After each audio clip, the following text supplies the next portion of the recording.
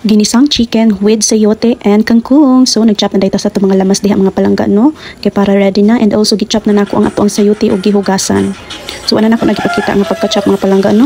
So diha dayon igawas ko sa gawas kay para manguha sa mga kangkong nako nga tinanom diri sa gawas no. Fresh kayo mga palangga kay ato agin kaugalingon nga tanom. So ulan-ulan ni mga palangga no busa kay mananay dali-dali ta og kuha harvest diri mga palangga para maluto. So mo ni lang giingon mga palangga no. Pag may itinanim may aanihin, so mo ni atong mga natanom mga palangga no.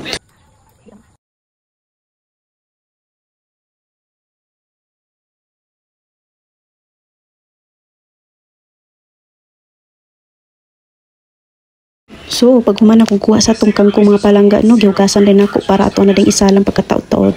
And then, before that, gihugasan sa nako ang ato ang chicken, no, kay para largo na dayon pag luto.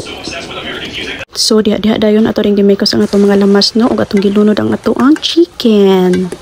So, mikos-mikos lang mga palangga. So, okay naman ang ato ang chicken. So, ato na din siyang lundan o water, di ba?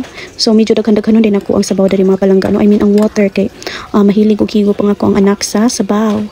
So, atong imekos, and then ibukal naman siya. So, gilundan ako siya o kining sayote kay para mohumok.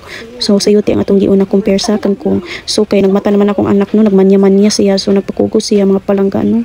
So, double double time. So bisan unsa ta kabisi mga palangga no, basta kay kumaglambing na ang ato ang mga anak ato gyud nakuguson kay panalagsara sila mahimong bata. Kay sunod ani maulitaw o madalaga na gini sila in taon, di na ni sila magpakugos sa tuwa. So ato agid ni silang unahon.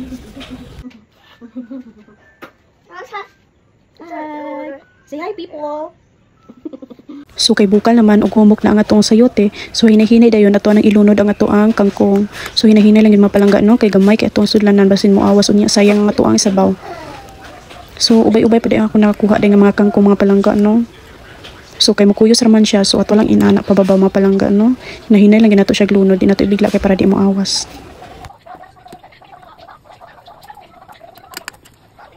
So, kay luto naman. So, sa paghulat, idi mga unta. So, mga unta mga palangga. So, napo day dere chicken, yagi prito mga palangga, no? And then suka, and then also rice, syempre. So, mga unta.